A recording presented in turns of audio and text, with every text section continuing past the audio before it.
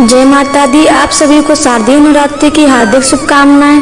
आज के इस वीडियो में हम आपको सुनाएंगे नवरात्रि के 7वें दिन सुने जाने वाली माता कालरात्रि की कथा, जो नव दुर्गा स्वरूप में माता रानी का 7वां स्वरूप है। नवरात्रि का 7वां दिन इन्हीं माता को समर्पित है। 7वें नवरात्रि में माता कालरात्रि को प्रसन्न करने के लिए ही व्रत पूजा किया जाता है। साथ ही आप सुनेंगे माता कालरात्रि की पूरी पूजा विधि। आपसे प्रार्थना है कि ये कथा अंत तक अवश्य सुने और कथा शुरू होने से पहले हमारे चैनल को सब्सक्राइब करके एक बार कमेंट्स में दिल से जय माता दी अवश्य लिखें। माता कालरात्रि नवरात्रि के 7वें दिन इस कथा को सुन रहे सभी भक्तों पर अपनी विशेष कृपा बरसाएं। तो आइए अब शुरू करते हैं नवरात्रि के 7वें दिन पर नव दुर्गा के 7वें स्वरूप माता कालरात्रि की कथा। तो प्रेम से बोलिए श्री गणेशाय नमः। ओम जयंती मंगला काली भद्रकाली कपालिनी दुर्गा क्षमा शिवा धात्री स्वाहा सदा नमस्तुते। यह मंत्र मुख्य रूप से माता कालरात्रि को ही समर्पित है। कालरात्रि माता आदिशक्ति दुर्गा रानी का 7वां और सबसे भयंकर माने जाने वाला स्वरूप है। यह स्वरूप केवल दुष्टों और माता पार्वती पर श्रद्धा न रखने वालों के लिए ही भयंकर है। माता कालरात्रि के भक्तों के लिए माता प्रेम और ममता की सागर है और उनका यह रूप बहुत कल्याणकारी है।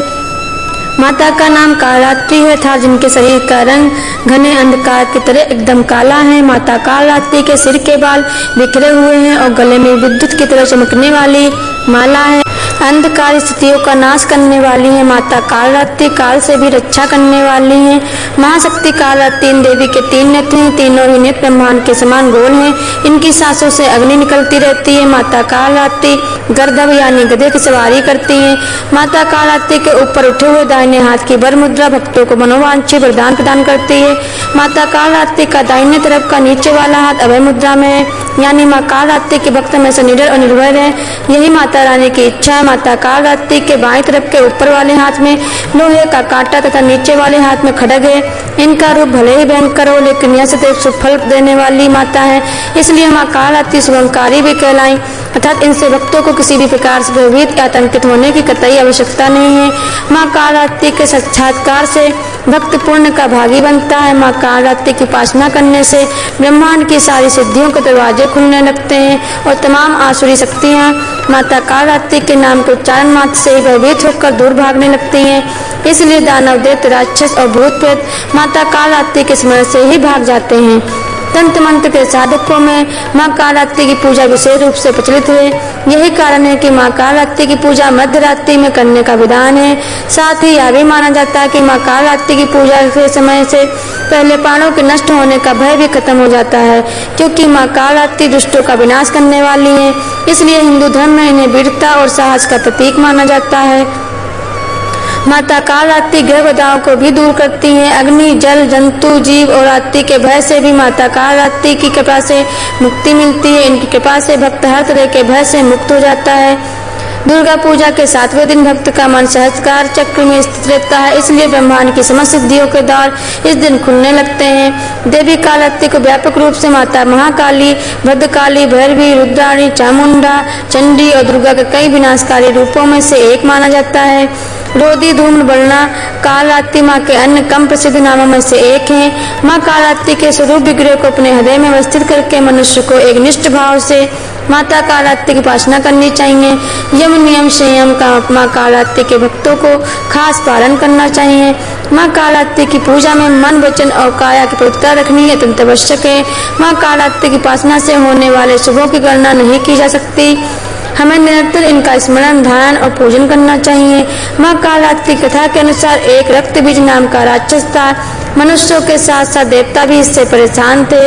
रक्तबीज दानव की यह विशेषता थी कि जैसे उसके रक्त की बूंदें धरती पर गिरती थी तो उसके जैसे और नए दानव बन जाते थे। इस राक्षस से परेशान होकर अपने प्राणों को बचाने और अपनी समस्या का हल जानने के लिए सभी देवता भगवान भोलेनाथ शिव शंकर के पास कैलाश पहुँचे। भगवान शिव को ज्ञात था कि इस दानव का अंत आदिशक्ति माता पार्वती ही कर सकती हैं। तो भगवान शिव ने माता पार्वती से अनुरोध किया कि वह रक्तबीज असुर से संसार को मुक्ति दिलाएं, क्योंकि वही संसार की रचयिता और माता है।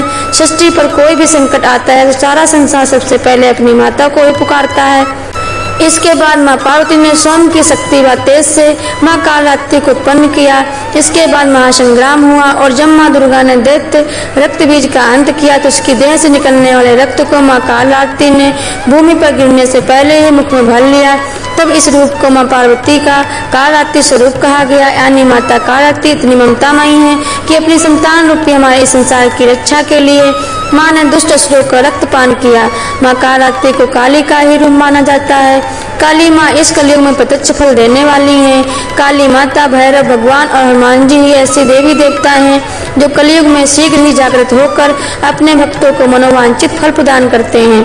इन कालरात्रि माता के नाम व रूप अनेक हैं, किंतु लोगों की सुविधा व जानकारी के लिए इन्हें भद्रकाली, दक्षिण काली, मातृकाली व महाकाली भी कहा जाता है। दुर्गा सप्तशती में महिषासुर के वध के समय मां भद्रकाली की कथा का वर्णन मिलता है कि असुरों ने संग्राम के समय महाभयानक दैत्य समूह देवी मां को रणभूमि में आते देखकर उनके ऊपर ऐसे बाणों की वर्षा करने लगा जैसे बादल मेरुगिरी के शिखर पर पानी की धार की वर्षा कर रही हो।